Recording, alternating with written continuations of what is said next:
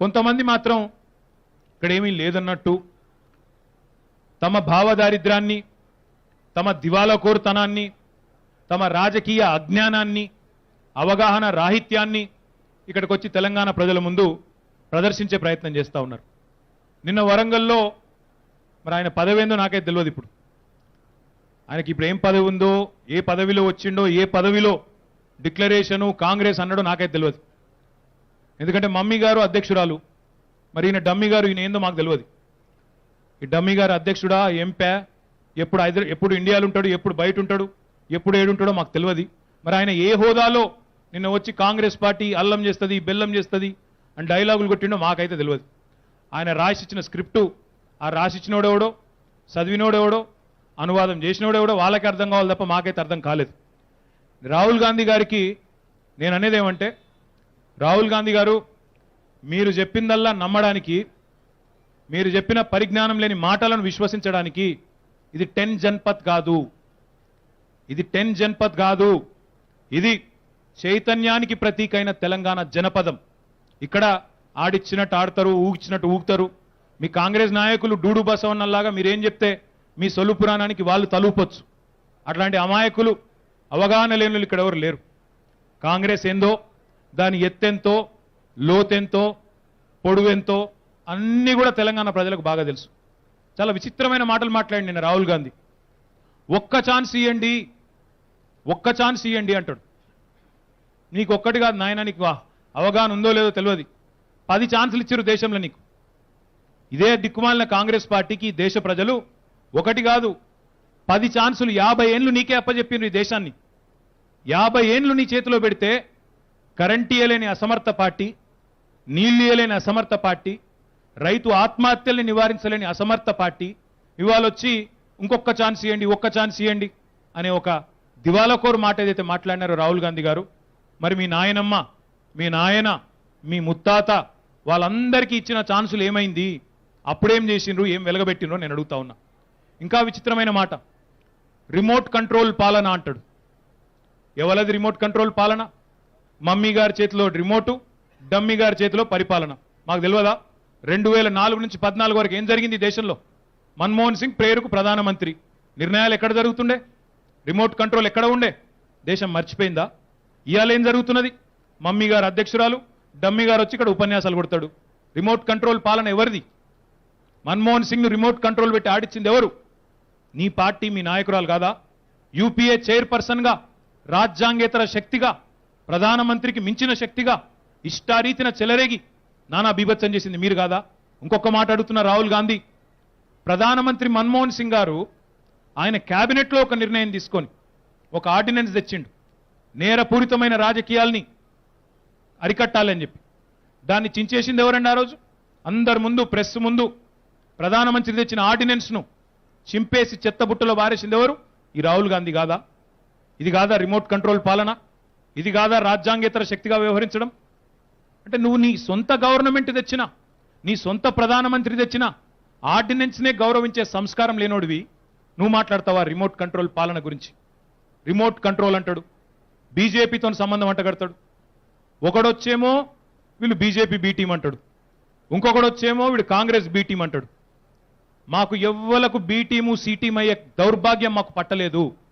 Wear A team of Telangana, అవ్వల్ దర్జాగా we're number 1 team, Telangana ప్రజల కోసం కొట్లాడే టీం తప్ప, తెలంగాణ కోసం ఎవరితోనైనా కొట్లాడే టీం తప్ప మాకెవరికో తొత్తులుగా, ఎవరికో బీసీ టీంగా ఉండాల్సిన అవసరం, ఆ దౌర్భాగ్యం టీఆర్ఎస్కు లేదు. అదేవిధంగా ఇంకా విచిత్రం, అవినీతి. ఆయన మాట్లాడే మాట అవినీతట. అసలు కాంగ్రెస్ పార్టీ పేరే స్కామ్ గ్రేస్. ఆ పార్టీ పేరే స్కామ్ గ్రేస్, కాంగ్రెస్ కాదు. ఏ టు జెడ్, ఆకాశం నుంచి పాతాళం దాకా నువ్వు చేయని కుంభకోణం ఏదైనా ఉందా? ఆకాశంలో ఎగిరే అగస్టా హెలికాప్టరు, ఆకాశంలో ఉండే స్పెక్ట్రము, పాతాళంలో ఉండే బొగ్గు దాకా A to Z. A for Adarsh, B for Bofors, C for Commonwealth, ఇట్లా చెప్పుకుంటూ పోతే ఏ టు జెడ్ ఉన్నాయి కుంభకోణాలు.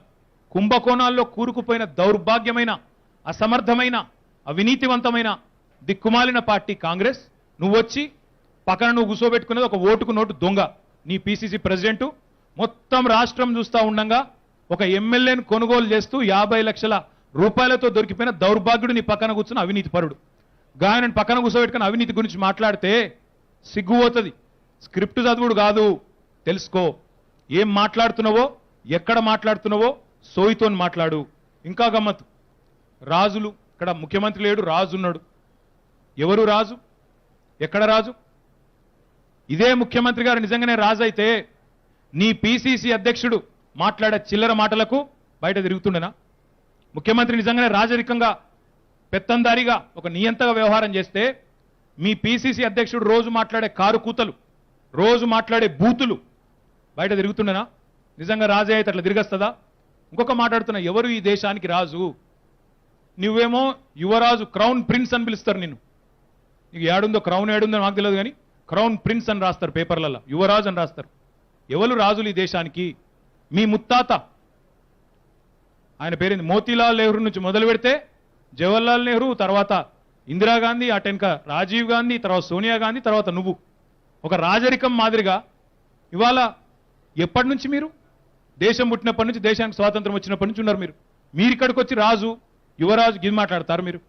అయినా మళ్ళీ ఒకసారి అడుగుతా ఉన్నా, నిజంగానే కేసీఆర్ గారు నియంతనో మోనార్కో రాజో అయితే ఈ కారు కూతలు కూసే దౌర్భాగ్యులు ప్రతిపక్ష నాయకులు, కొంతమంది జర్నలిస్టుల పేరుతో తెల్లారు లేవగానే కేసీఆర్ను పచ్చిబూతులు తిట్టే దౌర్భాగ్యులు, వాళ్ళందరికీ ఇంత స్వాతంత్రం ఉంటుండేనా? నిజంగా కేసీఆర్ గారు అంత నియంత అయితే తెల్లారు లేస్తే కేసీఆర్ని 7 గంటలకు ఉదయం టీవీ పెట్టగానే తిట్టుడు ప్రోగ్రాం పెట్టుకునే దౌర్భాగ్యులు లేరా? నేను చెప్పేది అవాస్తవమా? ప్రజలు చూస్తలేరా? నేను చెప్తున్న దానిలో ఏమైనా తప్పుందా? నిజంగా కేసీఆర్ నియంత అయితే ఇవన్నీ నడుస్తాయా? నిజంగానే కేసీఆర్ రాజు అయితే వీళ్ళందరూ ఆటలు సాగుతాయా? ఇంకా గమ్మత్ ఏంటంటే ఆయన అంటాడు, మేము ఇంకా చాలా విచిత్రం అనిపించింది నాకు, కేసీఆర్ను క్షమించమట. నువ్వు ఎవరిని క్షమించుతందుకు? అది నీది ఏంది? నువ్వేంది? నీ లెక్కేంది? నేను ఎవడు అడిగిండు? పొత్తు పెట్టుకోం టీఆర్ఎస్తో? నేను అడిగినోడేవాడు? ఈ దేశంలో కాంగ్రెస్తో పొత్తు పెట్టుకుంటా అని తాపత్రయపడుతున్నాడు ఎవడని ఉన్నాడా? ఒక అవుట్డేటెడ్ పార్టీ, అవుట్ అయిపోయిన పార్టీ, నీ సొంత సీటే గెలవలేవు, అమేతీలనే గెలవలేవు. నువ్వు ఆడ దిక్కులేక పోయి కేరళలో పడ్డావు, అమేతీలది అంతే. నువ్వేదో పెద్ద పీకుడు గన్లకి ఇక్కడికి వచ్చి నేనేదో తెలంగాణలో గెలిపిస్తా, ఈయనేదో డిక్లరేషన్ అట. ఏం చేయగలుగుతావు నువ్వు? సొంత పార్లమెంట్ గెలవలేవు, నీ సీటు నువ్వు గెలవవు, నీ సీటులో 2 అసెంబ్లీ సీట్లు గెలిపియలేవు.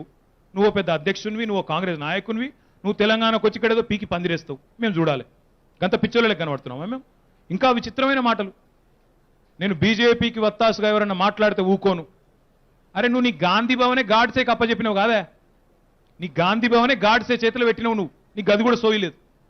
ఎవడైనా మీ పిసిసి ప్రెసిడెంట్ ఆర్ఎస్ఎస్ భావజాలం నరనరాన్ని నింపుకున్నాడు నీ పిసిసి ప్రెసిడెంట్. గాంధీ భవన్ గాడ్సేకి అప్పచెప్పినావు నువ్వు వచ్చి ఏం తెలియను నువ్వు ఎవరు రాసిస్తే చదివిపోయే ఓ స్క్రిప్ట్ రైటర్ రాసిస్తే చదివిపోయేటవు నువ్వు తప్ప నీకు ఏమి తెలియదు.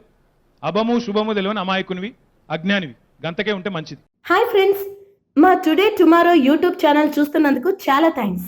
మరిన్ని లేటెస్ట్ వీడియోస్ కోసం వెంటనే సబ్స్క్రైబ్ చేయండి. అలాగే ఈ బెల్ ని కూడా రింగ్ చేసేయండి. మా నోటిఫికేషన్స్ అన్ని మీ మొబైల్లో వస్తాయి. అలాగే మా వీడియోస్ మీకు నచ్చితే లైక్ చేయండి, షేర్ చేయండి, నచ్చకపోతే కామెంట్ చేయండి.